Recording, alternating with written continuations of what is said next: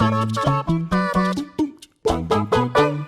don't think it's an exaggeration to say that Batman the Animated Series pretty much redefined good cartoons in the 90s, and there's not many that can say that they didn't feel their first confusing attractions to animation whenever Catwoman or Robin were on screen. But the show was as good as it was for the effort and care that went into every episode, both in the obvious details and the slightly more subtle ones. With that in mind, I'm Sean from What Culture, and here are 10 hidden Easter eggs in Batman the Animated Series. 10.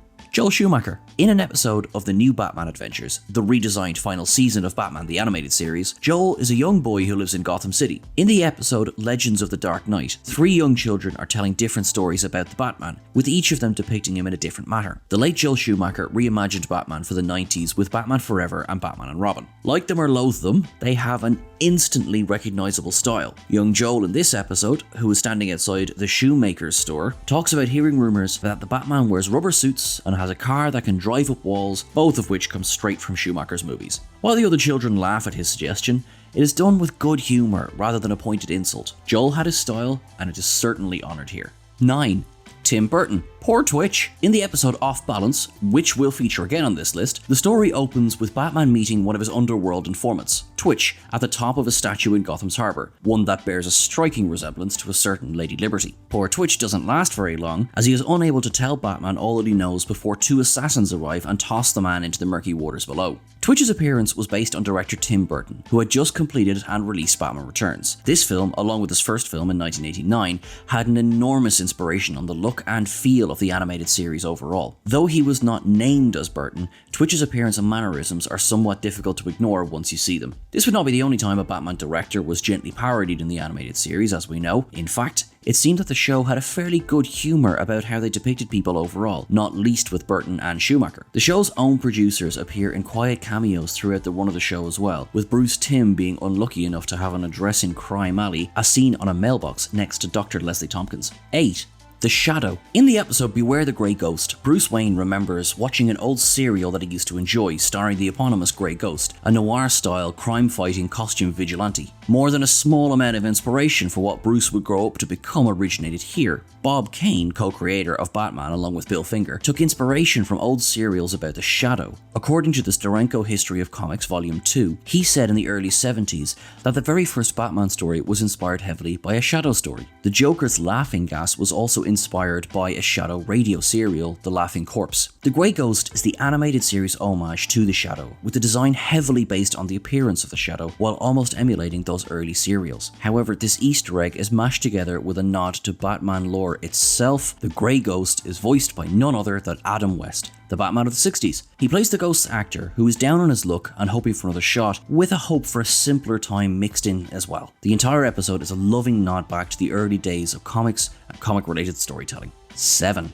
Batman finds a psycho. Batman suspects that Detective Bullock has something to do with the disappearance of an informant. Spider Conway was due to receive early release in exchange for testifying against Rupert Thorne. I gave him a week, tops, and is taken away by a mysterious assailant as his ship approaches the Gotham City docks. Batman overhears Bullock and Commissioner Gordon speaking, both of whom are conscious that Conway's testimony could bring up a lot of ugliness from the past. Intrigued and suspicious, Batman breaks into the police headquarters, as he's wont to do, and rifles through the files on Bullock, thumbing through the B's to get there. One name stands out for anyone who has seen Alfred Hitchcock's Psycho, as Bates N is clearly legible on one of the files. Major spoilers for the film ahead.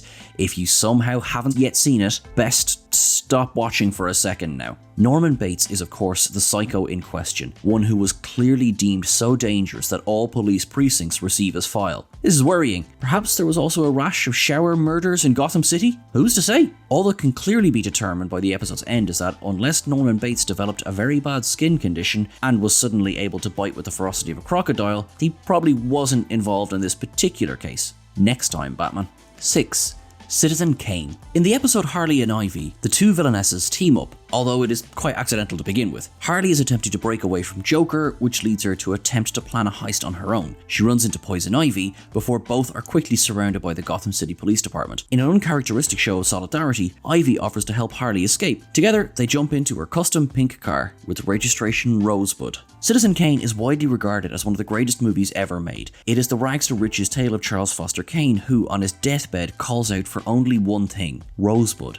Now, I won't spoil who or what Rosebud is, just in case, but suffice to say it's a key element of Kane's life. Poison Ivy, of course, lives a life that revolves around greenery and botany in general. For her, Rosebud is not just a catalyst for her actions, it could also be the name of her very soul. So to have this license plate is more than just a visual gag to enjoy. It speaks to her character's beginnings and life overall, with Rosebud then becoming her very means of escape. She and Kane may be different in many ways, but they both have a ruthless streak shared by few.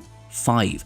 ROSSUM'S Universal Robots. Here we have another license plate serving as an Easter egg, though this is both more subtle and even more brilliant than the Rosebud gag on Poison Ivy's car. In the episode Heart of Steel Part 1, Rhonda Duane is the name of the lady driving the car, with this plate serving as an extremely subtle spoiler for what is to come. The episode revolves around the creation of Hardak, a sentient AI. Carl Rossum is a retired Wayne Tech employee who specialised in the field of robotics. After a theft at Wayne Enterprises of a computer chip that would allow a computer to become self-aware, Lucius Fox advises Bruce that speaking to Rossum would make sense. What Wayne ends up discovering is much more than he anticipated. The license plate RUR is a reference to Rossum's Universal Robots, a play that was written by Karel Čapek in 1920, premiering in 1921. It has gained notoriety for introducing the word robot to the English language. The robots in the play are not the robots in modern understanding, but rather artificial biological constructs that may be mistaken for humans. Along with the RUR license plate, both the play and Heart of Steel bear many resemblances to Blade Runner. William Sanderson, who provides the voice of Carl Rossum in the episode, also portrayed J.F. Sebastian in the film as well, which of course featured the Nexus 6 replicants,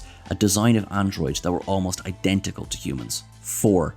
Axis Chemicals and Star Labs. In the episode Nothing to Fear, the audience is introduced to Jonathan Crane, aka the Scarecrow, for the first time. He's the villain that experiments on his victims with his nightmarish fear toxin, a gas that forces people to see their worst fears made real. While on the trail of the madman, Batman conducts a background search in the Batmobile. On the screen, several previous connections to Crane come up, including two that are very recognisable to comic fans. Axis Engineering is the first name on the list. Now, this is a direct reference to Tim Burton's Batman 1989, wherein Jack Napier had his fateful encounter with Batman. After being accidentally shot in the face, Napier falls into a vat of chemicals in Axis Chemicals, emerging as the Joker. Further down the list, Star Labs appears. Now, Star Labs is a famous lab from Superman stories based in Metropolis. It is the only mention in Batman the Animated Series, but it has appeared in several episodes of Superman, Justice League, and Justice League Unlimited, which share the same continuity in the DCAU. 3.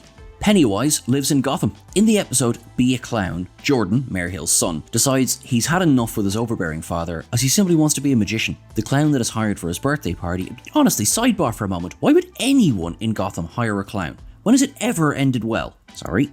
He's also a bit of a magician, who then fascinates Jordan with his tricks. Alas, as this clown is leaving, a bomb detonates out of the birthday cake. The clown, of course, is the Joker, who has entertained himself once more by bringing havoc to the people of Gotham. However, there is a small problem in this plan. Jordan has stowed away in the boot of his car, wanting desperately to join him and learn his tricks. The Joker sees the possibility for both an apprentice and an easy victim. Batman tracks them down, and a chase through Gotham's abandoned amusement park. Again, why is there one of these? Bulldoze it! And this brings Jordan face to face with a laughing robot clown, voiced by none other than Tim Curry. Curry had originally been cast as the Joker in the animated series, but was later replaced by Mark Hamill. While there is no denying that Hamill is iconic as the Joker, there is an intriguing what-if quality attached to Curry. The laugh that comes from this clown is a taste of what could have been if the voice of Pennywise had stayed in the role. 2.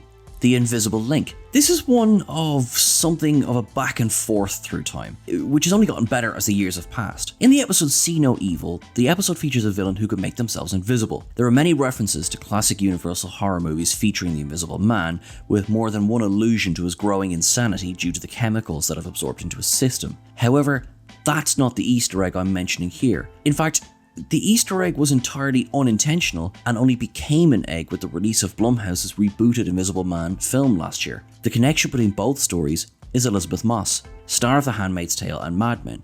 She's the lead in The Invisible Man and also voiced Kimi Ventrix in the animated series. Ventrix is the daughter of Jimmy Ventrix, the man who has stolen this invisible technology. The entire episode now feels as though it had been predestined, adding to the overall enjoyment of the episode along with the Blumhouse film as well. Seriously.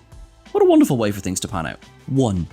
Vertigo. Alfred Hitchcock returns to this list with one of his most famous films, Vertigo. In the episode Off Balance, which featured earlier on this list of Easter eggs, another homage appears in the close of the episode, one that seems to be directly referencing the great Hitchcock film. In the climactic battle with Batman, Count Vertigo plunges from the top of the tower to his death. There's a shot from inside the tower which sees him passing a hole in the wall on his way down. This is an almost exact recreation of a similar scene from Vertigo, wherein Madeline, played by Kim Novak, seemingly falls to her death. Scotty, played by Jimmy Stewart, is paralysed by his acrophobia and is unable to help her, simply watching her fall through a gap in the wall. The name of the character of Count Vertigo aside, this is a clear and loving recreation of the scene in animation, proving once again that it's possible to have an Easter egg in the show that may not be immediately obvious on the first glance, but when dug into a little deeper, shows the lengths and extent that the animators went to when lovingly constructing DC's most iconic comic book cartoon. And that's everything for our list today. Please let us know if we missed anything in the comments. Don't forget to like, share and subscribe. You can find us on Twitter at WhatCulture as well. Of course, you can find myself at Sean Ferrick. Thanks very much for watching, guys. You've been awesome.